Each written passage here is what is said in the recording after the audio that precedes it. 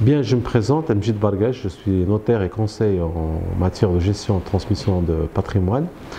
Vous m'avez demandé en fait de vous parler un peu de la protection du conjoint survivant.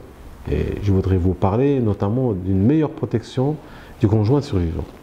En fait, en quoi consiste cette protection du conjoint? Vous savez, à la disparition du mari, l'épouse ou même l'époux, se trouve dans une situation un peu difficile, puisque forcément à la suite d'un décès, il y a une perte de ressources.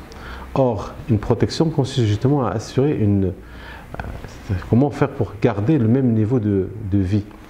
Ça d'une part, d'autre part, comment assurer au conjoint survivant un toit. Et donc aujourd'hui, c'est quand même une des problématiques les plus importantes en matière de transmission de patrimoine.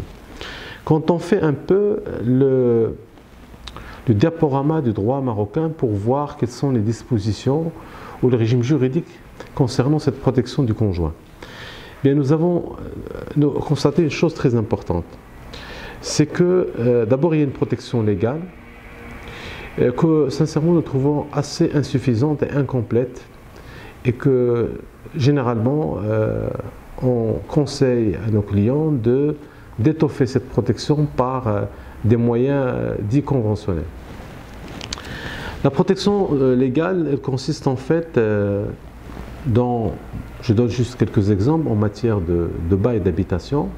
En cas du décès du locataire, le contrat de bail ne passe pas aux héritiers, il passe au conjoint survivant. Ça veut dire que le législateur, à travers la loi 667 relative plutôt au baux d'habitation, elle assure une protection du conjoint survivant, puisqu'il souhaite qu'il se maintienne dans les locaux, au lieu que ce soit les autres héritiers. À côté de la loi relative au baux à usage d'habitation, nous avons les droits successoraux. Comme vous le savez, le conjoint survivant, en cas de décès, l'épouse, il se trouve dans trois situations. Soit qu'en présence d'enfants, il va hériter du huitième, en l'absence d'enfants, il va hériter du quart, et en l'absence d'héritier carrément, en cas de vacances, l'épouse va hériter de la totalité de la succession. Donc, ce qu'on peut constater, c'est que une femme qui a partagé une vie avec son épouse, au décès, il se retrouve, surtout quand il y a des enfants, il se retrouve avec un huitième. Sachant que, et ça c'est quand même important, quand on fait un peu le parallèle ou le benchmark avec le droit européen, qui prévoit en matière de régime matrimonial la communauté des biens, la communauté des biens réduite aux acquis, et qui suppose en fait l'existence de trois masses de biens: les biens qui appartiennent à monsieur, les biens qui appartiennent à madame, les biens propres, et puis ensuite il y a les biens communs. Les biens communs sont les biens qui ont été acquis pendant le mariage par l'industrie et l'effort commun du conjoint. Et en cas de divorce, en cas de décès, on commence déjà par liquider la communauté. Au Maroc, ce n'est pas le cas, puisque le principe est celui de la séparation de patrimoine. Il y a les biens de madame et les biens de monsieur. Il est vrai que la Moudouana a apporté une grande innovation, puisque l'article 49 a prévu la signature d'une convention matrimoniale.